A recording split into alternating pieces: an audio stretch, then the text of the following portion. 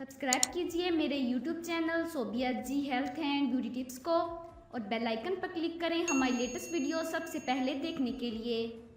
भारत के साबिक लीजेंडरी बल्लेबाज सचिन तेंदुलकर की साहज़ादी को फ़ोन पर परेशान करने वाले शख्स को मगरबी बंगाल से गिरफ्तार कर लिया गया है। तफसीलात के मुताबिक सचिन तेंदुलकर की साहज़ादी सारा से बदतमीज़ी का मामला सामने आया है। खबरें हैं कि वीत कुमार मेती नामी का एक शख्स सारा को फ़ोन करके परेशान करता रहा। वो उन्हें शादी के लिए प्रपोज करता था। सचिन तेंदुलकर के अहले खाना ने मुंबई के बांद्राना पुलिस स्टेशन में मुलजिम के खिलाफ शिकायत की थी। इसके बाद पुलिस जांच में मसरूफ़ हो गई और फ़ोन टावर के लोकेशन को ट्रैक करते हुए मुलजिम को मगरबी बंगाल के ईस्ट मदनापुर से दबोच लिया। फिलहाल पुलिस इससे पूछताछ कर रही है। पुलिस के मुताबिक मुलजिम देव कुमार मेती पेशा से एक आर्टिस्ट है। इसका दावा है कि वो सारा तेंदुलकर से मोहब्बत करता है, उससे शादी करना चाहता है।